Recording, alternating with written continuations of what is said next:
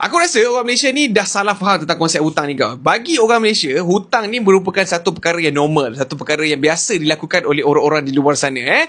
Tetapi dia lupa nak fikir bila dia nak tambah komitmen. Katakanlah kau dah berkahwin, katakanlah kau ada 2 anak, okey? Selama ni gaji kau RM5,000, komitmen bulanan kau adalah RM4,500. Kau bayar rumah, bayar kereta, bayar sekolah anak, bayar taska, bayar transit, everything amounts to RM4,500, okey? Dan setiap bulan kau ada ekstra RM500 daripada gaji kau. So RM500 dah kau kumpul sikit-sikit. So bila ada emergency, katakanlah tiba-tiba anak kau teringin nak makan makanan yang mewah, okey, kau pun pergilah bawa anak kau sebab nak menghiburkan hati mereka, okey? Ataupun tiba-tiba bini kau merajuk kau nak belikan hadiah, kau gunalah duit saving ni. Sebab apa, ni adalah emergency money kau simpan untuk kau tampung perbelanjaan-perbelanjaan yang kau tak boleh expect ataupun benda yang kau tak boleh jangka, okey? So bila benda tadi kau ada safety net, RM500 ni adalah safety net kau. Kau tahu apa-apa jadi kat kau, RM500 ni setiap bulan kau dah kumpul ni ada untuk rescue kau sekiranya ada malapetaka yang berlaku, okey?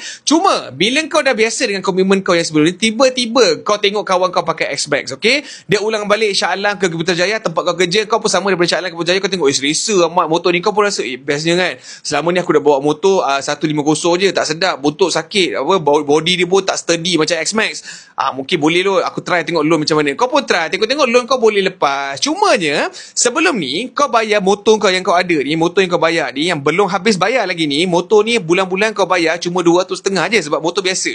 Motor tak ada brand, motor biasa-biasa je, motor pun motor second, kau boleh commit ni 250 bagi kau ciput, tak ada masalah. Cuma bila kau decide untuk main S-Max, harga S-Max dengan motor 150 ni memang sangat-sangat jauh perbezaan dia. Dan monthly commitment untuk S-Max mungkin lebih daripada 500 ataupun maybe kau boleh dapat RM500 lah. So bila kau ada pertambahan komitmen daripada bulan-bulan kau bayar motor 250, sekarang kau nak kena tambah lagi 250 untuk kau genapkan pembayaran motor baru ni, which is 500 sebulan. So maknanya saving tadi yang kau simpan RM500 tadi tu akan berkurang kepada RM250. So bila benda ni terjadi, dia akan kacang kau punya money flow. So bila money flow dah terganggu, sekiranya berlaku apa-apa musibah, katakanlah kau dah syok-syok kerja, tiba-tiba kau kena terminate, okay? Duit saving ni lah yang kau perlukan untuk kau tampung belanjaan kau apabila kau sedang mencari pekerjaan baru. Tapi bila tak ada duit saving ni, ataupun duit saving ni berkurang, maka je kau akan kekurangan safety net. So bila safety net tak ada, mulalah kau stres, mulalah kau lepaskan stres kau kepada anak bini kau, bergaduh anak bini, bergaduh isteri dengan kau sebab apa, tak cukup duit punya pasal. Sebab apa, daripada awal